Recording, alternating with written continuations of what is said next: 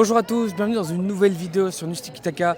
Le Barça a remporté ce match 1-0 face à Alaves. Je suis avec, j'allais dire Sacha, mais non, Tanguy. Sacha n'est pas là, on lui fait un big up depuis ici. Gros big up à toi. Voilà, il sera là dans les prochains débriefs, ne vous inquiétez pas. Pour commencer, moi je voulais commencer comme je dis avec Sacha. Comment ça va Tanguy? J'ai envie de dire ouf, Ouais. ouf, un ouf de soulagement après Alaves. Donc au final, je sais pas si c'est un signal rassurant, mais voilà, l'essentiel est assuré. Surtout après la défaite du Real hier. Petit match, mais on fait une grande opération. On revient à 4 points du Real Madrid au classement. Et ça fait du bien. Ouf, ouf, on a envie de dire. Ça fait du bien, ouf. Forcément, le Barça a eu quand même du mal sur ce match, il faut le dire. Ils ont affronté une équipe d'Alaves qui n'était pas trop là pour jouer, il faut le dire. Plus de 20 fautes dans le match, d'autres qui n'ont pas été sifflés, des cartons jaunes. Le premier de l'Alaves qui est arrivé à la 55e minute. Quelques minutes plus tard, le Barça ouvre le score. Je ne sais pas, dans la globalité, toi, qu'est-ce que tu as senti de ce match? Tu étais dans les gradins, tu as vécu ce match. Ouais. Est-ce que tu as vécu justement la même chose que nous à la télé? Un match haché où justement les deux, surtout le Barça n'arrivait pas à construire des actions. La première mi-temps, le Barça a mis plus de 50 minutes vraiment à se réveiller. Et on sentait vraiment le milieu emprunté par ce rythme haché, ce rythme haché vraiment proposé par Alaves. Genre un milieu qui avait vraiment du mal. En témoigne par exemple, quand je dis haché, il suffit d'évoquer le fait de Joe Gavi qui est sorti. Commotion cérébrale. Ouais. Commotion cérébrale. Et vraiment, on sentait un Barça qui avait vraiment du mal et qui se mettait au rythme d'Alaves. Et donc là, on se disait mince, le coup de Las Palmas va se refaire, le coup de Leganés va se refaire. Finalement non, heureusement quoi. Heureusement, et c'est un peu ce qu'on craignait. Tu parlais de ce match qu'on a vu hier contre l'Espagnol du Real Madrid. C'était une opportunité justement pour le Barça pour s'imposer aujourd'hui ici à Montjuic. On avait un peu peur, non? Moi je t'en parlais un peu en avant-match, en off comme on dit. Et je te disais, bon, ce qui serait le pire des scénarios pour le Barça, c'est que Alaves marque tôt et que direct ils mettent le bus derrière. Au final, ils ont mis le bus tout le match. Ouais, surtout, on savait, Flick l'avait dit en conférence de presse, Alaves c'est une équipe qui marque beaucoup dans les 10 premières minutes. Sur ces 6 derniers matchs, ils ont marqué 4 fois dans les 10 premières minutes. Donc c'était vraiment le scénario craint. Et non, en fait, le bus dès le début de la rencontre, même le gardien s'est mis à gagner du temps sur les 6 mètres au bout de 30 minutes de jeu, même pas 25 minutes. Et là tu dis, ok, là ça va être très long. En plus, horaire de match particulier, on l'a évoqué aussi en conférence de presse. 14h. Ouais, tu sens un peu le Barça emprunté là. Vraiment, c'était compliqué. Et je veux dire, on pouvait s'imaginer autre chose parce que il y a dès les premières minutes, dès la 3e minute, ce geste de Lamine Yamal, je pense que ça a été très très partagé sur les réseaux. Cette première action en première mi-temps où il dribble plein de joueurs. Ensuite, il en fait d'autres autour du match. Mais je voulais vraiment parler un peu de ce Lamine Yamal parce qu'on sentait vraiment que sur les derniers matchs il était un peu moins bon. Aujourd'hui on peut dire qu'il a presque fait une passe décisive parce que c'est dévié en fait. Mais comment tu as vu toi depuis le stade cette performance de Lamine Yamal quand même aujourd'hui? Ce qui m'a frappé chez Lamine Yamal, c'est un joueur éclair. Il va avoir des éclairs de génie par des petits instants, des petits moments de match. Il va pas tout le temps être très impressionnant. Il a perdu beaucoup de ballons, notamment Lamine Yamal. Mais il va avoir des coups de génie. Et en fait, on sent bien quand le Barça n'a pas les coups de génie de Yamal, aujourd'hui on l'a vu notamment, c'est compliqué. Et puis hop, il suffit 10 minutes de jeu où il a accéléré. Et pendant ces 10 minutes, le Barça a marqué. Donc c'est la marque des plus grands quand même. C'est ça, et au final, Lamine Yamal, c'est quand même un joueur, il ne faut pas l'oublier, il a 17 ans. Aujourd'hui, il est encore une fois homme du match.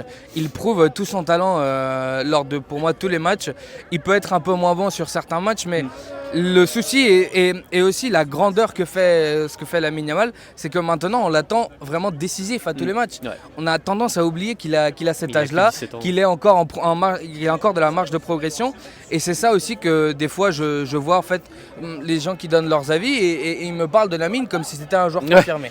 Ouais, c'est un peu surprenant, mais en même temps c'est pas tout à fait décalé de la réalité puisque pendant plusieurs matchs cette saison et même la saison dernière, il a été très important pour ce Barça. Moi, je voulais aussi parler d'un autre joueur qui fait encore une fois et qui suit un peu la dynamique qu'il avait eu très bonne, c'est Alejandro Balde. Je sais pas Toi, qu'est-ce que tu en as pensé de ce match d'Alejandro Balde? Mais il a été très bon. Moi je l'ai bien aimé. Bon, il a eu quelques maladresses techniques quand même, faut le noter. Mais moi ce que j'ai aimé c'est l'implication qu'il a pour aller de l'avant. Toujours de l'avant. Il ose. Même si le jeu, il a. Donc moi de mon côté, en première période, j'étais en tribune latérale. Et je voyais Alejandro Balde le plus proche de moi. Et en fait le jeu il penchait clairement à gauche, clairement en première mi-temps. Et on voyait un Alejandro Balde qui essayait, qui s'obstinait. Il a eu quelques déchets, mais il a essayé. Et puis voilà, il est sur une bonne dynamique. Et on sent un Alejandro Balde vraiment concerné. Et ça c'est important pour la suite de la saison. En fait, ce qui est fou avec Alejandro Balde, c'est qu'il commence vraiment à être ce joueur qu'on avait découvert et qui prétendait justement à ce Golden Boy qui a finalement remporté Bellingham. Moi, ce que j'adore par-dessus tout, c'est ce que tu dis, Alejandro Balde, sur l'offensif, il peut t'apporter énormément. Ouais. Et malheureusement et un peu heureusement, je ne saurais pas comment te dire, mais les problèmes qu'il a défensifs peuvent quand même se contre-rester avec justement tous ses apports offensifs. Il est vraiment un poison pour les défenses adverses et il a juste en fait à régler ce petit truc en défense et il sera pour moi un défenseur super complet et un défenseur qui peut marquer surtout l'avenir de ce Barça. L'avenir de ce Barça, il commence aussi avec un autre joueur. Tu citais justement ce problème qu'a eu Gavi, on lui souhaite une prompte récupération. Moi, depuis la télé, on a vu que c'était juste un coup et que le protocole faisait qu'il devait sortir. Mais moi, encore une fois, j'ai envie de parler de Fermin. Je suis désolé, mais Fermin, aujourd'hui, il a encore fait un match monstre. Il était dans tous les bons coups. Il arrivait justement à être ce relais. Et parfois, peut-être en première mi-temps, un peu moins, en deuxième, un peu plus. Où justement, il arrivait à trouver le ballon entre les lignes. Et surtout, les joueurs arrivaient à le trouver entre les lignes aussi. C'est simple, dès que Fermin, le Barça a été mieux dès que Fermin et le milieu de terrain a accéléré. Et Fermin notamment, j'ai envie d'évoquer son match parce que il a eu du mal à rentrer un peu. Mais en deuxième mi-temps, dès qu'il a accéléré, il était dans tous les bons coups, vraiment. C'était un 5e, 6e poumon de cette équipe. Et non, franchement, Fermin, il a été vraiment important dans cette équipe. Mais moi, au milieu de terrain, j'ai envie d'évoquer 2 joueurs et il y en a un, tu sais très bien que j'ai envie de l'évoquer. Je vais te laisser l'introduire. Je pense que Pedri, tu vois, de toute façon, Pedri, il y a aussi eu la prestation de Frenkie de Jong, peut-être aussi Casado, même si, bon, voilà, c'est un peu compliqué. Moi, sur Pedri, puisque je pense que tu voulais parler de Pedri, sur Pedri, encore une fois, c'est ces éclairs de génie qu'on adore au milieu, comment il oriente son corps, comment il arrive à ce qu'on dit ici un peu en Espagne, esconder le ballon, c'est-à-dire cacher le ballon avec justement ces orientations, avec des passes aussi qui sont parfois pas forcément lisibles pour la défense. Je te laisse quand même, mais Pedri, que dire de Pedri? Tu vois, quand t'as sorti l'expression parfaite, esconder le ballon, comme on disait. Et en fait, si tu veux, c'est balle au pied, c'est extraordinaire. Pedri, c'est un maestro, du stade, c'est un maestro, c'est un magicien, j'ai plus les termes. Il est à l'origine du but, évidemment. Et en fait, c'est le régulateur de cette équipe. Il a fait un match énorme. Tu vois, tu me disais que Lamine Yamal a été élu MVP de cette rencontre. Pour moi, c'est Pedri. Après, je suis pas le plus objectif, je le sais. Mais Pedri, franchement, de A à Z, aujourd'hui, c'est le maestro. C'est vraiment le maestro de cette équipe. Lamine, c'est le génie. Pedri, c'est le maestro. Vraiment, il gère, il tempère cette équipe et il est extraordinaire. Et bien sûr, la rentrée de Frenkie, j'ai envie de saluer aussi. Ouais, ils sont. Je pense qu'aujourd'hui, le milieu. En fait, c'est un peu particulier parce que je sens que le Barça a fait un bon match, mais pour autant, on n'a pas eu beaucoup de buts et c'est malheureusement ce à quoi nous habitue Hansi Flick. Des 5-0, des 4-0, des 3-0. Et au final, aujourd'hui, on reste un peu sur notre faim, même si je pense que, surtout sur la deuxième mi-temps, le Barça a fait un bon match. Après, il reste encore pas mal de choses, mais c'est surtout cette créativité dont tu parlais de Lamine et aussi celle de Pedri et de tant d'autres joueurs qu'a le Barça qui va faire la différence en fait sur ces matchs où en fait on a des défenses très regroupées qui nous attendent dans leur surface. C'est vraiment la créativité qui va faire ça. Tu parlais d'un horaire aussi un peu compliqué, peut-être que ça a joué justement dans cette créativité. Je sais pas si toi dans cette créativité tu as peut-être senti que l'horaire... Tu fais bien, il y a l'horaire, mais tu fais bien d'évoquer le point des équipes bloc bas. On a beaucoup eu de mal face à des équipes organisées en bloc bas cette saison, que ce soit Las Palmas, Leganés. Là, Deportivo Alavés, c'était pas encore un match aisé aujourd'hui. Et justement, j'attends plus le Barça face à ces équipes. Ouais. C'est pas évident. Ouais, c'est sûr. Et trouver la faille, vraiment, faut que Hansi Flick arrive à travailler ses phases de jeu face à des blocs bas. Mais je sens que le Barça va continuer sur sa lancée. Et Hansi Flick trouvera les outils nécessaires pour venir à bout. C'est comme tu disais, le Barça doit encore progresser sur ce jeu contre les équipes bloc bas. Un peu en revenant aussi sur ces équipes bloc bas et après on finit sur ça.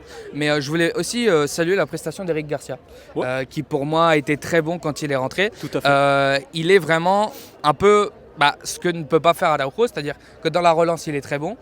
Moi, quand je l'avais vu en 6 lors du début de saison et un peu les matchs qu'il avait joués, il m'avait un peu rassuré parce que c'est un joueur qu'on a quand même un peu perdu au fil du temps. Il est arrivé de Girona, il avait eu des mois compliqués. Certains même, il y avait cette moquerie un peu de Eric Garcia. Bon voilà. Ouais. Et je sens qu'il reprend un peu confiance. Je sens qu'il recommence à trouver justement ce jeu si caractéristique et qui le caractérise, ce jeu balle au pied où lui vraiment il va être vraiment fort et aussi cette sûreté défensive. Toi, qu'est-ce que tu en as pensé d'Eric Garcia? Moi, Eric Garcia, comme tous les entrants d'ailleurs, que ce soit Frenkie de Jong aussi, ont montré un visage vraiment intéressant. Mais pour revenir justement à Eric Garcia, vraiment c'est un joueur, voilà, école Masia, et tu le vois bien en fait dans sa lecture du jeu. Il a fait un bien fou sur cette rencontre parce que mine de rien, il y a eu des longs ballons d'Alaves à négocier qui étaient vraiment pas évidents. Et franchement, comme tu dis, par rapport à Araujo, il nous a fait du bien à la relance. Et ça a été vraiment un aspect essentiel du jeu du Barça en deuxième période surtout. Parce que voilà, en première période, le Barça se dégageait, mais c'était brouillon. Et le Barça n'arrivait pas à se réveiller. Mais là, avec cette entrée de Garcia, de Jong pour la première relance, franchement, c'était essentiel et ça nous a fait un bien fou. Et je salue encore le travail d'Hansi Flick. Sur les changements, justement, je sens que... Encore une fois, on va nous dire ne parlez pas de Xavi, mais encore une fois, je sens que sur les changements, il arrive à apporter quelque chose là où peut-être l'ancien coach du Barça, Xavi, n'arrivait pas forcément à, comme on dit ici en Espagne, dar la tecla, c'est-à-dire choisir le bon moment ou choisir les bons entrants. C'est pas un exercice facile. Je pense que c'est un exercice aussi qui se gagne avec le temps. C'est-à-dire que c'est la maturité d'un manager, d'un coach, qui fait que sur le moment précis, il voit, il peut analyser justement ce genre de choses. Et c'est quelque chose qu'aujourd'hui le Barça remercie, puisque comme tu as dit en seconde période, on arrive à marquer ce but. Je sais pas si tu avais quelque chose d'autre à dire sur le match. Peut-être que je te coupe la parole en disant ça justement. Non, du tout. Mais je pensais justement un petit mot pour la Grada parce qu'il y a eu beaucoup de. Oui, j'ai entendu. On a entendu sur Bein, mais moi je regardais le match sur Bein. On a entendu parce que moi j'ai du coup le son, la mélodie, on va dire, je l'ai entendu. Mais c'est vrai qu'on a encore parlé de la Grada. Et ici, en tous les cas, à Barcelone, le retour de la Grada se fait attendre, vraiment.